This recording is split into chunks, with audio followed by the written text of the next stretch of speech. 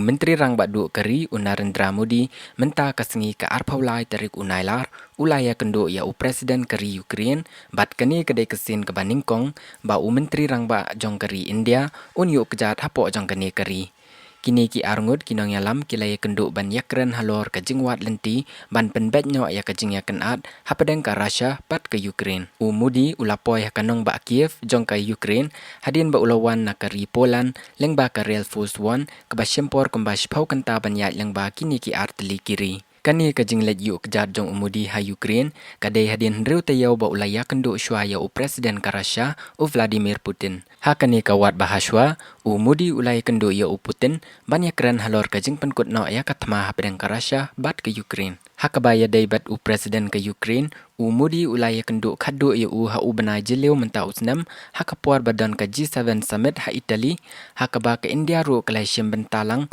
kum kari bala sya khot sngobha. Hakatai kaporu Modi ulaya keren bar Zelensky bar ulapan pau ba ke India ke kershan ya ke jingmut bandon no ke jingas to kapdang ka Russia bat ke Ukraine.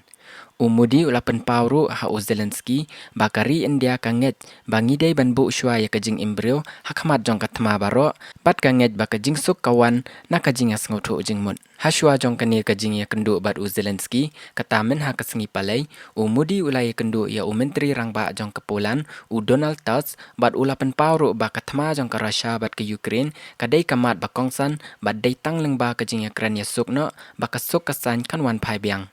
Ula ong syu ba ke India kanget ba anam la banweng ya kanu ke jing ha kamadan tma bat katma hi dalade kan syuan ra tang ya ke jing du no jong ki mensem ba koridor jong ki brio.